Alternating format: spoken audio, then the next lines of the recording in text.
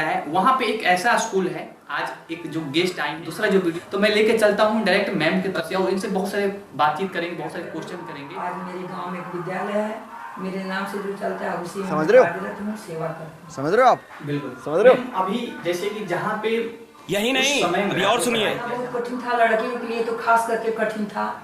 उस समय मैं 7वां तक पढ़ाई की। 7वां पास करने के बाद पढ़ाई मेरी ड्रॉप हो गई।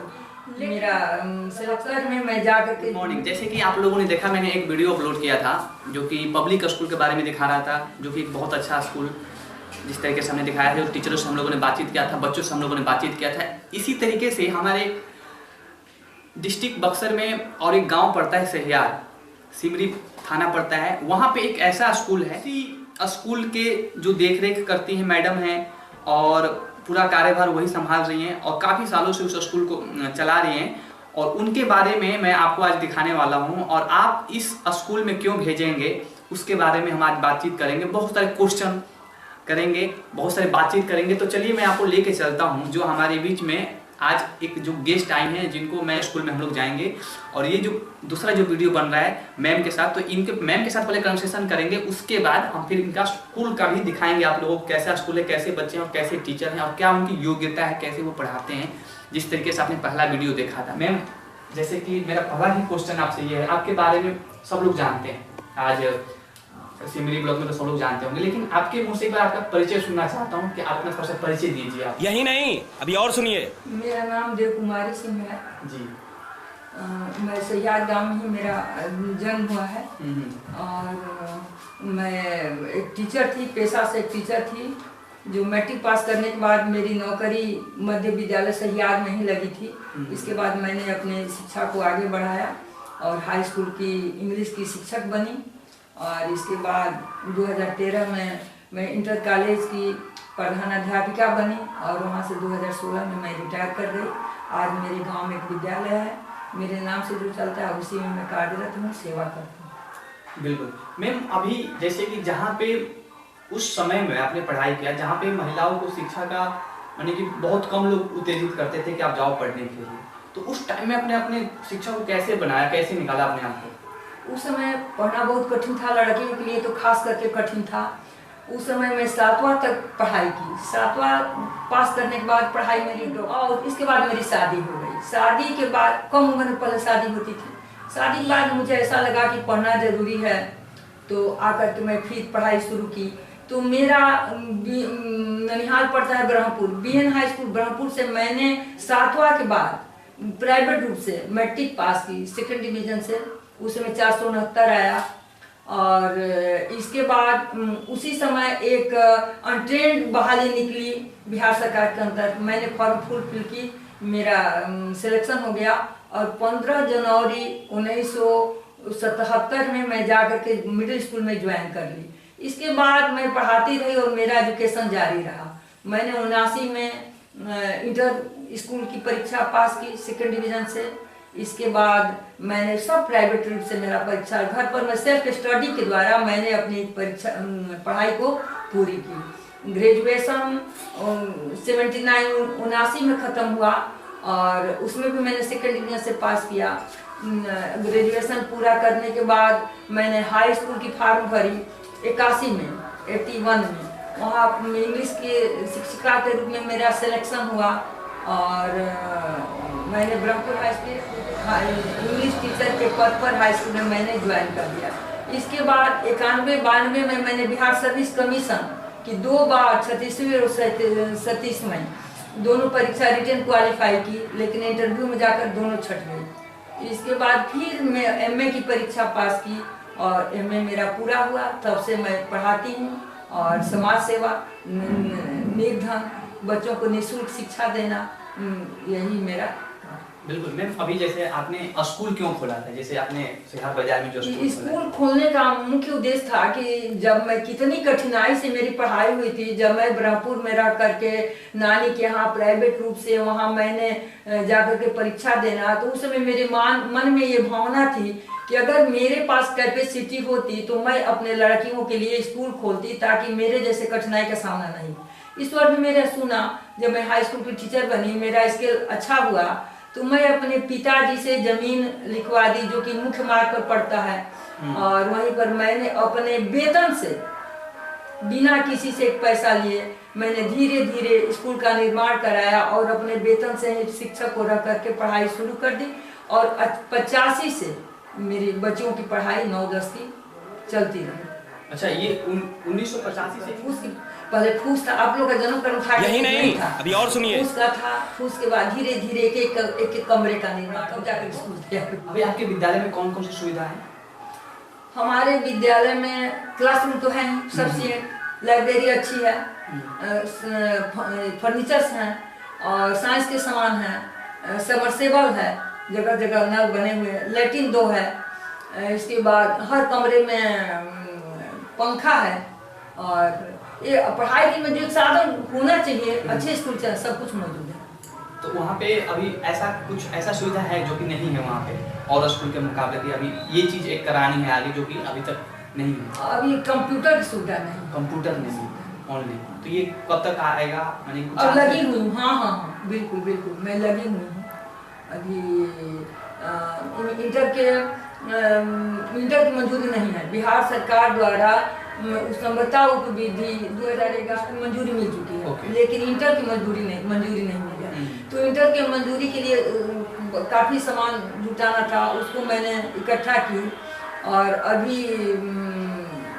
पैसे के अभाव में कंप्यूटर नहीं हो सका है, लेकिन अब हो जाएगा, मैं उसके फेरे में हूँ, बस वहीं करूँगा। तो अभी आपका जो स्कूल है वो कौन सी क्लास तक है? हमारा स्कूल तो मूलतः 9-10, मेरा उद्देश्य था केवल लड़कियों की शिक्षण, मूलतः लड़कियों का स्कूल है, एकमात्र उद्देश्य लड़कियों को शिक्षित करना था। लेकिन जो हमारा मंजूरी मिली वो वितरहित मिली, उसमें शिक्षकों को वेतन नहीं दिया जाता, वेतन नहीं मिलता। तो जब नौकरी में थी तो उस समय 80-85-90 हजार वेतन मिलता था, तो टीचर लोगों को वेतन देना आसान था। लेकिन 2016 में जब मैं रिटायर कर गई तो वेतन आधा हो गया। अब शिक्षक लोगों को वेतन देना मेरे लिए संभव नहीं रहा, इसलिए 1 से 5 तक के बच्चों को इंग्लिश मीडियम में शिक्षा देती हूँ, और उसमें बच्चियाँ 6-7 में भी, उसमें से जो निकलती है वो बाहर नहीं जाती है, सरकारी स्कूल में नहीं जाना चाहती, वो भी 6-7 में पढ़ती है। लेकिन मूलतः 1 से 5 तक इंग्लिश मीडियम में शिक्षा देती हूँ, और उन लड़कों से पैसे लेकर और कुछ अपने पेंशन का पैसा देकर शिक्षक लोगों को मैं वेतन देती हूँ। यही उद्देश्य है कि मैं अब शुरू से मेरा स्कूल हो गया 1 से 5 तक और मैट्रिक तक चलता। अच्छा, 10th क्लास तक है, माने 1 क्लास से लेके 10th। 9-10 निःशुल्क है। अच्छा, 9-10 में कोई फीस बिल्कुल एको नया पैसा नहीं। 1 क्लास से लेके 8 क्लास तक ही फीस लगता है? हाँ, बस। कितना फीस लगता है? फीस लगता है, पहले तो 100 रुपया लगता था, लेकिन 100 रुपया बहुत मिनिमम हुआ, धीरे धीरे महंगाई से शिक्षक लोगों का थोड़ा मांग बढ़ने लगा, तो आज तो 200 रुपया लगता है, मैक्सिमम 200 बस, मात्र 200। अच्छा, कोई बता रहा था मेरे को कि आपके स्कूल में कुछ बच्चों को फ्री भी? हाँ, बहुत। हाँ, वो तो जितने गरीब क्लास के बच्चे हैं जो कि गार्जियन फीस देने सब नहीं है, तो उनको फ्री में। अच्छा। ऐसे भी 3 बच्चों पर, एक घर का अगर 3 बच्चा हुआ तो 2 ही का फीस लगता है। और भी गरीब के बहुत सारे बच्चियां हैं जिनका फीस नहीं लगता, आज भी नहीं लगता। अच्छा, तो मैडम अभी आपने जो 9th और 10th क्लास जो स्टार्ट किया आपने, तो ये कौन से ईयर में हुआ? ये इसका भी शुरुआत तो शुरू से ही हुआ, क्योंकि हमारा 9-10 उद्देश्य था, लेकिन अब मैंने मंजूरी मिली 2012 में। 75-701 मेरे विद्यालय का कोड है, बिहार गवर्नमेंट का दिया हुआ, और मंजूरी 2012 में मिली है, और स्कूल तो उसी समय से चलता है। बहुत सारे बच्चों को मैं शिक्षा देकर के हर साल। ओके, अभी आपके स्कूल में कितने शिक्षक हैं? हमारे स्कूल में मैट्रिक तक मैंने 9-10 तक एजुकेशन देने वाले 9 शिक्षक हैं। अच्छा, 9 शिक्षक हैं, और इंग्लिश मीडियम 2-3 शिक्षक, और जो इंग्लिश में अच्छा है, जिसका इंग्लिश में स्वतः इंग्लिश पढ़ाती हूँ, क्योंकि मैं इंग्लिश की शिक्षिका रही हूँ, और 2-3 और जो है कि 1 से 5 तक के बच्चों को हम लोग मिलजुल करके चलाते हैं। बिल्कुल मैम, आप मैक्सिमम बच्चों को फ्री में पढ़ाया है, उसमें से मैं भी हूँ, जो कि हम लोग जाते थे आपके पास पढ़ने के लिए, तो मेरे जैसे बहुत से लोगों को पढ़ाया। यहाँ नहीं, गंगौली का, डूभा का, राजापुर, अर्जुनपुर, बहुत सारे बच्चों को, ये कहने की बात नहीं चलता। तो ये इतना मोटिवेशन लेके आती कहाँ से बात, मतलब कि इतना फ्री में पढ़ाना और उसके बाद फिर इतना बड़ा स्कूल क्रिएट करना? इसलिए कि मेरा एकमात्र उद्देश्य है, मैं हमेशा से शिक्षा के प्रति मेरा प्रेम रहा है। मेरी इच्छा है कि ज्यादा से ज्यादा बच्चे बच्चियां अच्छी शिक्षा प्राप्त करें, जिनको नॉलेज हो, डिग्रीधारी नहीं, अच्छा से अच्छा नॉलेज मिले और मुझसे जितना हो सके मेरा हाथ जहाँ तक पहुँचे वहाँ तक मैं इन लोगों को मोटिवेट करूँ, शिक्षा दूँ और लोगों को काबिल बनाऊँ। ओके, अभी मैंने कि जो आपके स्कूल में जो टीचर पढ़ाते हैं उनको लगभग कितने साल एक्सपीरियंस है पढ़ाने का? कुछ शिक्षक तो हैं जिनका एक्सपीरियंस 15 साल, 12 साल, 10 साल, मैंने 10 साल से कम कोई नहीं है। अच्छा, 10 साल से 10 साल से कम कोई नहीं। अच्छा मैम, अभी जो प्राइवेट स्कूल आपका है और बहुत से 1 से 5 क्लास तक, उसके बाद और भी बहुत से प्राइवेट स्कूल हम लोग के गाँव में चाहे आसपास खुले जा रहे हैं, लेकिन आपके जो स्कूल में जो भी बच्चे पढ़ाई करते हैं तो मैक्सिमम स्कूल ऐसे हैं जो कि पढ़ाई तो करते हैं वहाँ पे, लेकिन फिर वो लोग जाते हैं ट्यूशन पढ़ने के लिए। तो अभी कितना परसेंटेज ऐसे बच्चे हैं जो कि आपके स्कूल में पढ़ाई करते हैं उसके बाद फिर वो ट्यूशन पढ़ने के लिए जाते हैं? बहुत कम होंगे, हमको लगता है कि 20-25% होंगे जिनका गार्जियन, देखिए गार्जियन के मन में भी ऐसा भाव है कि जब तक हमारा बच्चा ट्यूशन नहीं पढ़ेगा तब तक पढ़ाई होगी, तो उस तरह के कुछ भाव वाले हैं वो भेजते हैं, लेकिन ट्यूशन की आवश्यकता नहीं है। मुझे ऐसा लगता है कि ट्यूशन की जिस तरह से हम लोग पढ़ाते हैं, जितना काम देते हैं, होमवर्क करके लाएं, क्वेश्चन याद करके लाएं, तो ट्यूशन की क्या जरूरत है? बिल्कुल बिल्कुल, लेकिन वही बात कुछ लोग अपने वो करते हैं। लेकिन मैम अभी इसके ऊपर क्या बताना चाहेंगे, जैसे कि अभी बहुत सारे प्राइवेट स्कूल खुल रहे हैं, उनका अमाउंट बहुत ज़्यादा है, लेकिन अभी अपने बच्चों को तब भी वहाँ पे लोग भेजते हैं, जबकि आपका एक ऐसा स्कूल है कि नियर बाई में पड़ जाता है गांव के, जो कि 1 किलोमीटर मैक्सिमम पड़ेगा अगर कोई व्यक्ति कहीं पूछने कोने से आए। देखो बेटा, बात ऐसी है ना कि कुछ लोगों के मन में ऐसी भाव है कि अगर हाई जहाँ की फीस ज्यादा लगता है वहाँ बच्चों को मैं भेजूं तो पढ़ाई अच्छी होगी।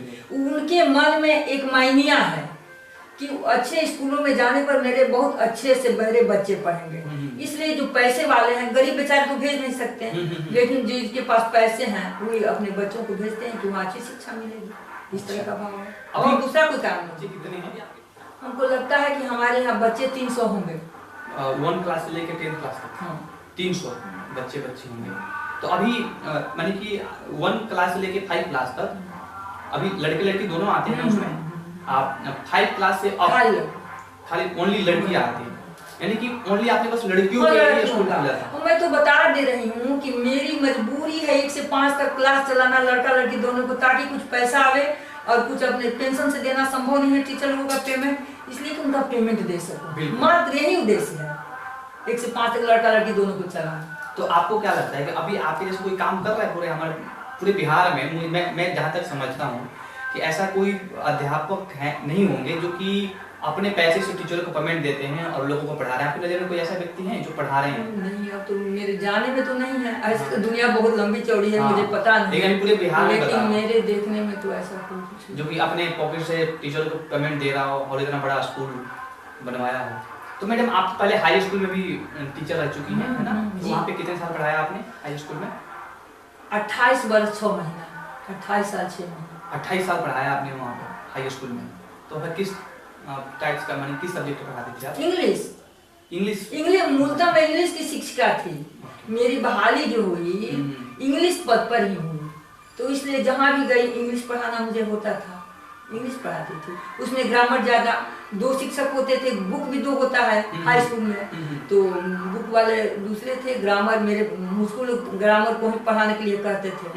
अब चूंकि ग्रामर मेरा इंटरेस्ट था, इसलिए ग्रामर ही ज्यादा पढ़ाती थी, इंग्लिश पढ़ाती थी।